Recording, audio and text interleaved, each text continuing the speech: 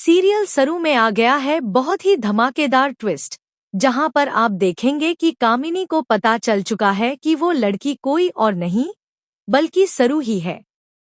उसे देखते ही कामिनी के पैरों तले से जमीन खिसक जाती है और अब उसने ठान लिया है कि कामिनी की कसम, यह लड़की अब नहीं बचने वाली। जी हाँ, सीरियल अब बहुत ही रोमांचक हो चुका है।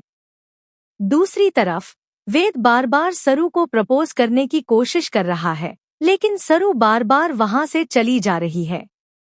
आखिर ऐसा क्यों हो रहा है, चलिए बताते हैं।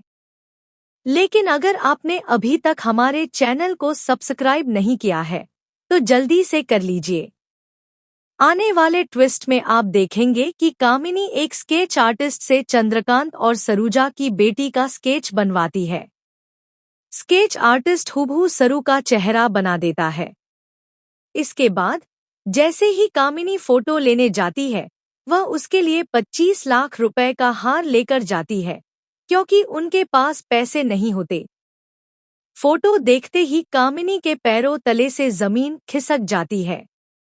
वह फोटो घर ले आती है और चंद्रकांत को भी पता चल जाता है कि सरू ही उसकी बेटी है।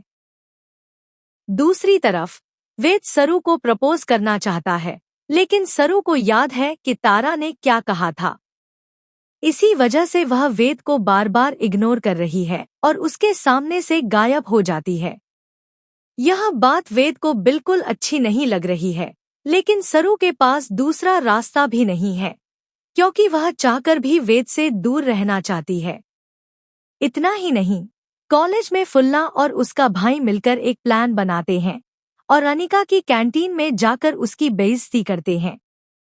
वे कहते हैं कि जिसने जिसने अनिका के साथ गलत किया है वो सब आएंगे, उसे थप्पड़ मारेंगे और डोनेशन बॉक्स में पैसे डालेंगे जो अनिका को दिए जाएंगे।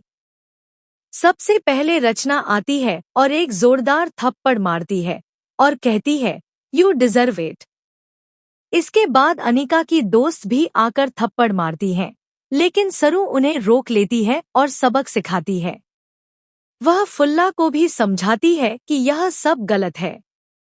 अब सीरियल में असली धमाका होने वाला है। कामिनी को पता चल चुका है कि सरू वही लड़की है जो चंद्रकांत की बड़ी बेटी है। अब देखना दिलचस्प होगा कि इतनी आसानी से कामिनी उसे जाने देगी या कोई बड़ा खेल खेलेगी।